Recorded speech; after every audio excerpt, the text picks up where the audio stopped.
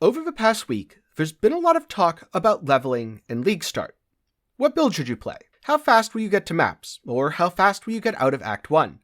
Did you remember to type NN to look for runner shoes of a vendor? But I haven't seen much discussion of what items will help you while leveling, what items provide a lot of quality of life, and what items are so common that almost anyone will have access to them. Of course, whenever this is brought up, the first answer that probably popped into your head is try to farm a tabula? Get a gold rim to fix your res? And while these might be the most common answers, there's a lot of other incredibly useful low-level items in Path of Exile that you should also keep an eye out for. And so, to help people make sure that some of these gems aren't hidden on their league start filters, today I'm going to be making a video talking about 15 items. All of these items are things that can drop within the story. All of them are inexpensive early on, so if you're playing in trade, you should be able to buy them for a couple of chaos. And all of them are common enough that if you're an average player, there's a good chance that you'll be seeing some of them as you level in SSF, provided they aren't hidden on your filter. I tried to pick items that apply most broadly across a lot of different builds. And I especially tried to focus on low-level items, so things that require level 20 or less. But this list is far from exhaustive. So after you watch this video, I need your help, because I want you to take some of your favorite low-level leveling items that are easy and inexpensive to get, even in the first couple days of a league, or highly likely to drop in SSF, and put them down in the comments below as recommendations to other players. But for now, let's get into it and start with some of my favorites. The first of which is Wanderlust. Wanderlust are great because they mean you can't be frozen, and they're accessible from level 3, which means if the league mechanic is at all decent for early game unique farming, you'll probably be able to get a pair. If I had to pick, do I get a Wanderlust, a Gold Rim, or a Tabula as a guaranteed drop in Act 1? I'll take the Wanderlust over Tabulast every time. They also have a bit of dex, which is quite nice if you're trying to meet the requirements for a green gem, and they're surprisingly effective at preventing death early on. A lot of my deaths while leveling come from being completely careless and utterly disrespecting boss mechanics. Those are definitely on me. But a lot of the others come from either being stunned or frozen. Part of the reason Roas are so deadly is, even if the charge doesn't one-shot you, it's definitely going to stun you. And part of the reason the enemies in the caverns leading up to Mervale are so deadly is they're very likely to chill you so you can't run away, or freeze you so you just kind of watch yourself die. And Wanderlust aren't a panacea here, since they only prevent being frozen. But if you can grab a Wanderlust early, leveling will be way smoother, and at the very least, you won't watch yourself die because you got frozen. Another very common and very effective low-level item is the Cow Reward. This amulet is unassuming at first glance, but if you're using any projectile skills, it's often one of your best choices early game. Projectile speed is great for quality of life, and beyond that, everyone likes to move fast, so now I know that 99% of people who are watching this video have definitely added it to their early game filter. Since a lot of projectile skills are dex skills, and since some of them can be played on non-dex ascendancies, such as a Spectral Helix champion, the dexterity can also be quite useful for fixing attributes for your build. This is a very common drop, so much so that it's probably rarer for me to go through the story without getting one than it is for me to go through the story and get one. Since it's available as soon as level 5, a time when the unique pool is much, much smaller, provided there's any sort of unique farming from Sentinel, you'll be able to easily get a Cow Reward. Now, this next item is, admittedly, a little bit of a guilty pleasure. That's the pair of gloves available from level 6 known as Loctonial Caress. And these give you a chance to gain power, frenzy, and endurance charges on kill. And admittedly, power charges often aren't that helpful. It's pretty rare to scale as a crit build, and especially when you're going attacks, it's far more common to either go Precise Technique or Resolute Technique, both of which prevent you from dealing critical strikes. But if you can crit, they'll be helpful. Frenzy charges give you speed, and endurance charges give you defenses and help fix your somewhat patchy resistances. It's an incredibly common item, and while it doesn't have very many stats, it feels great to toss on in Act 1 and keep till around Act 3 or 4, where very often I'll replace it with another item that has more resistances and more life. or maybe I'll just grab the first 4 link that I find and use that after throwing an essence on it. So, Loctonial Caress aren't a very good forever glove, but they are pretty good to start with, and if you're going to be low-level unique farming anyway, there's a good chance you'll find a pair, and might as well put them on. Speaking of forever items though, if you're playing an attack build, you're definitely going to want to try to find or buy this belt. Because Belt of a Deceiver is amazing. It's a level 8 item, and the stats are just so good. It has life, all res, well, already that's a win. That's probably going to be better than any belt you find before maps, just with those 2 things alone. But then you have crit protection, which is an insanely underrated defensive layer. Very often in Path of Exile, when people say, a random thing hit me, just one thing, and it one-shot me, it's because they got crit. And that's going to be way less likely if you're wearing Belt of a Deceiver. Furthermore, if you're playing an attack build, intimidated enemies take 10% increased attack damage. This item is great at low levels, and it's good enough that you can keep it even well into the endgame such as red maps. For a little more value, if you happen to get a couple, or you have a few chaos to spare, buy and corrupt a few of them, and try to get some good implicits. So this is another item that you should absolutely have visible on your League Start filter, and pretty much everyone should be using if they can get one around level 8. So add that to the list of low-level unique farm to watch out for. Now, this next item is a little bit more niche, because it's a weapon, but I wanted to include it since I often see it overlooked, and that is the Storm Cloud and Tempest. Usually, when people think of leveling bows, the first thing that comes to mind is Quillrain. And Quillrain is a very good item, especially with a new projectile mastery that causes you to deal increased damage based on projectile speed. But don't underestimate a well-rolled Storm Cloud or Tempest either. These bows are often competitive with Quillrain to the point where their damage should be within a couple %. And while a 5 or 6 link Quillrain is often quite expensive, I've noticed that a 5 or 6 link Tempest can be very cheap. As of 3.17, starting with bows was actually pretty popular. And one big change from past leagues is starting with hit-based elemental bows was far more popular. So if you're looking to start bows in 3.18, keep an eye out for a Storm Cloud or a Tempest. And also keep in mind that especially if you have a Tempest, this means that stacking flat lightning damage is even more effective.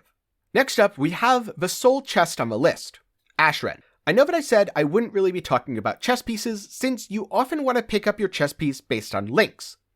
And that's why Ashrend is the one exception here. It's a level 17 chest, which means it's very common and very accessible. It also gives you a decent amount of life, evasion, and resistances, which should feel really good while leveling. On top of Ignite immunity, which, while there aren't too many Ignites in the story, the few that are inflicted can be totally debilitating or outright lethal. But the real reason to use this, instead of that rare you picked up 5 levels ago, is that socketed gems are supported by level 10 added fire. This means even a 3-link Ashrend is very usable, and a 4-link will feel quite godly. At least if you're using any base Fizz skill to level with.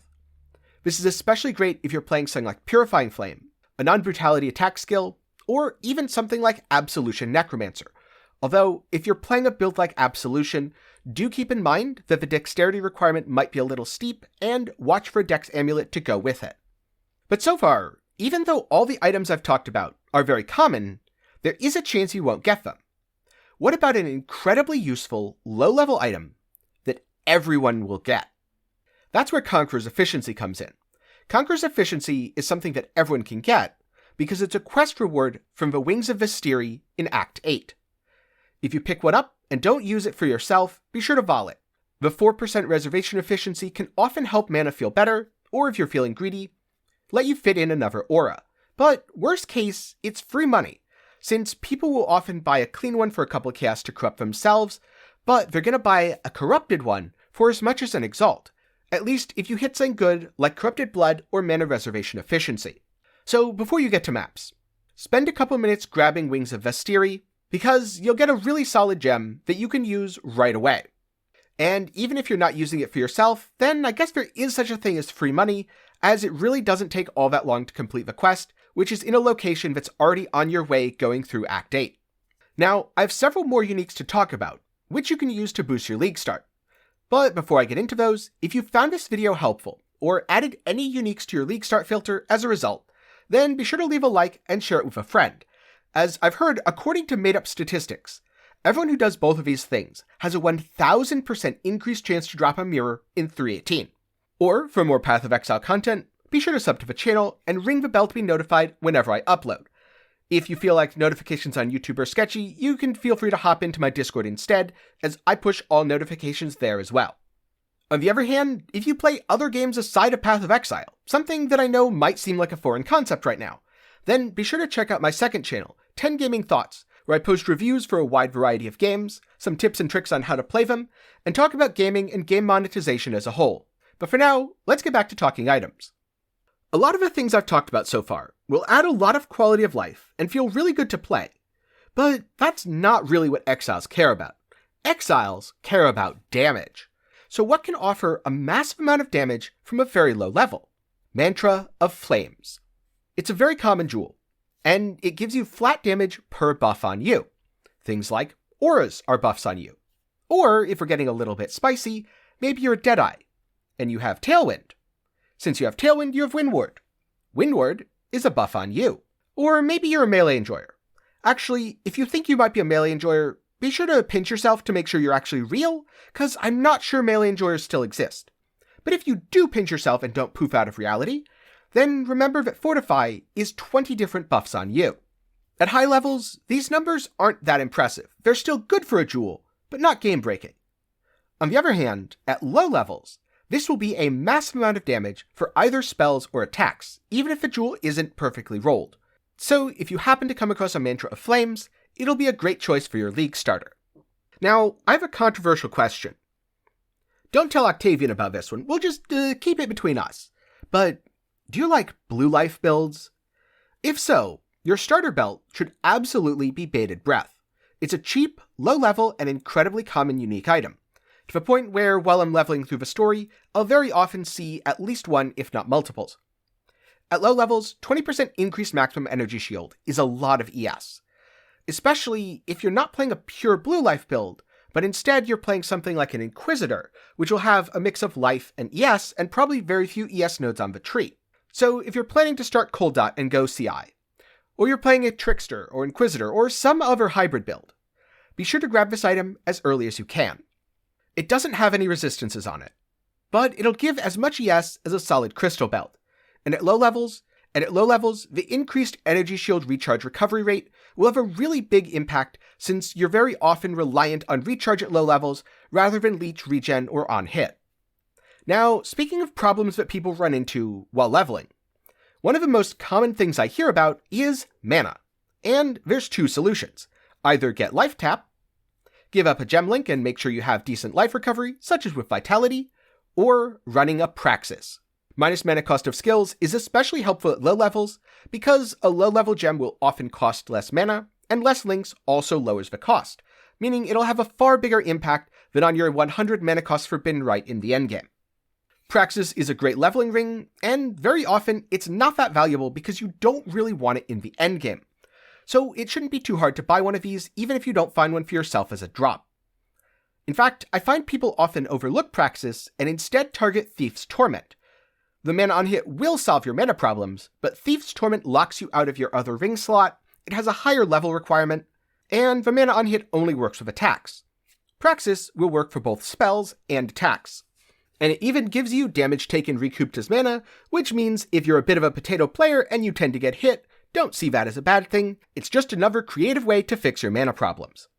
Another item that's a little bit more niche, but I find disproportionately effective when starting on certain builds, is Ungol's Harmony. If your starter is using Elemental Overload, or you're a poison assassin, Ungol's Harmony should be the first item you target.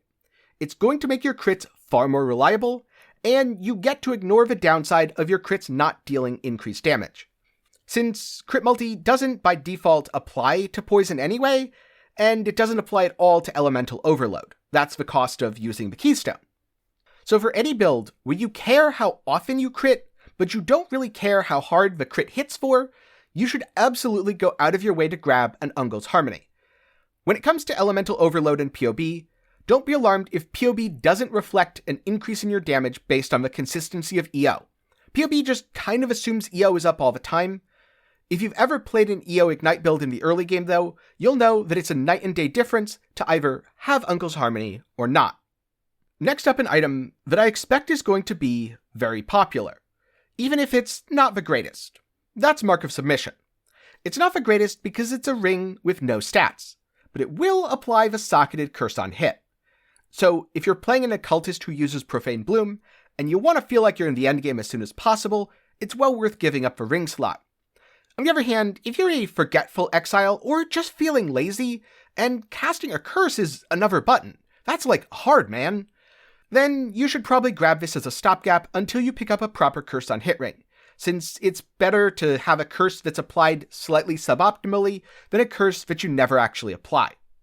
I found this ring to be relatively common, but I've also found that some people tend to keep unset rings hidden on their filter since there aren't really any amazing unset uniques, so double check and make sure it's not hidden, or be ready to spend a couple chaos to buy this early on. Now at the beginning of a video, I mentioned that when you talk about leveling items, one of the first things that people think of is Gold Rim. But what if I said Gold Rim wasn't actually the best low-level helmet that you can use? It's Skullhead. Skullhead's often dismissed as a minion item, and it definitely has solid minion benefits. If you're planning to play an Absolution Summoner and go into Skelly Mages, pick this up as soon as you can. But even if you're not a summoner, even if you don't have minions at all, Skullhead's still really good. It has a little bit less all-res than Gold Rim, but more importantly, it has both life and mana, and these are incredibly beneficial stats at low levels. Life is beneficial since very often you won't have life on a ton of gear, and you won't have as many life nodes on the tree. And mana is beneficial because very often you'll be using an aura with a flat reservation, vitality, clarity, or precision. So the bigger your mana pool, the more levels you can add before it has a significant detrimental effect. If you're in SSF, keep an eye out for this even in your early maps. It's a very solid helmet that can hold you over for quite a long time. And being an armor evasion base with 42 strength and dex required means it's very usable across all builds. If you're playing an int build, this is a great way to get some off colors, or if you're playing an armor or evasion build, then this adds relevant levels of defenses, especially early on when armor's super effective against enemy physical damage. Now, it could be argued that I've saved the best for last just to get you to watch more of a video. But the truth is, I just went in order from the lowest level item to the highest level item. And so, here we are at the item that I suspect is going to be one of the most popular. Do you like going fast, Exile? Of course you do. That's half the point of Path of Exile. Going fast and getting lots of loot explosions. For the low cost of clicking a couple of mini shrines, the Gull is basically that Go Fast Headhunter feeling without the Go Fast Headhunter price tag. You'll get resistances, size, speed, defenses, and damage all by clicking a few shrines. It's a low-level item, and pretty common, so even with demand as high as it was in 3.17, it never got super expensive. Grabbing some shrine nodes in your early Atlas passives will make the Gull feel even better by extending buff duration so you can stack shrine buffs on shrine buffs with your shrine buffs. Then again, I probably didn't need to explain any of this, since as soon as I said go fast, everyone decided they're definitely going to go for this helmet. Which brings me to the final item on this list, which is also good for going fast, so you're definitely going to be including it. And that is Death Rush, a level 46 ring that gives any build Onslaught on kill. That's right, you don't have to waste your precious sockets on an Onslaught support, you don't have to worry about unreliable support uptime, you just get to run around 20% faster. Or in some cases, 100% faster because you might not have very good base movement speed. Unlike some of the previous rings I highlighted, such as Praxis or Mark of Submission, the base stats on Death Rush are pretty good, especially if you're using an attack. So if you're in SSF, you might want to keep this all the way until red maps. In softcore trade, I suspect most people will be running it for Onslaught early on, then swapping it for something else since it's pretty easy to grab Onslaught on kill on your boots and replace it with a better ring that has more stats. But either way, keep an eye out for a Death Rush, and if you get one, be sure to put it on. But of course, this isn't an exhaustive list. I know this video's gotten a little bit long, but there's a lot of other great low-level items that can help with your leveling process and are often good enough to stick around even into red maps. So, I need your help. What are some of your favorite low-level uniques? Things you're able to pick up off the floor, ideally while you're still in the acts. Things that hold their value all the way to level 68, or maybe even beyond. So be sure to let me know down in the comments. What are some of your favorite items? What levels do they require? Why are they good? And what builds are they good for? I look forward to hearing your thoughts, and I'm sure they're going to go a long way to helping other people out when 3.18 launches. Thank you for watching. If you have any questions, be sure to put them down in the comments below, or join the Discord, where you can ask questions, get build help, and hang out with the community. A special thanks to my patrons and YouTube channel members. They're awesome, and they get to show it by having their name on screen in the credits of all my videos. So if you want to see your name here, be sure to check the link in the description. For more general gaming content, check out my second channel, 10 Gaming Thoughts, and if you want a water bottle or a cool shirt, I have a link to my official merch shop in the description. I hope you learned something today, and I hope to see you again sometime soon.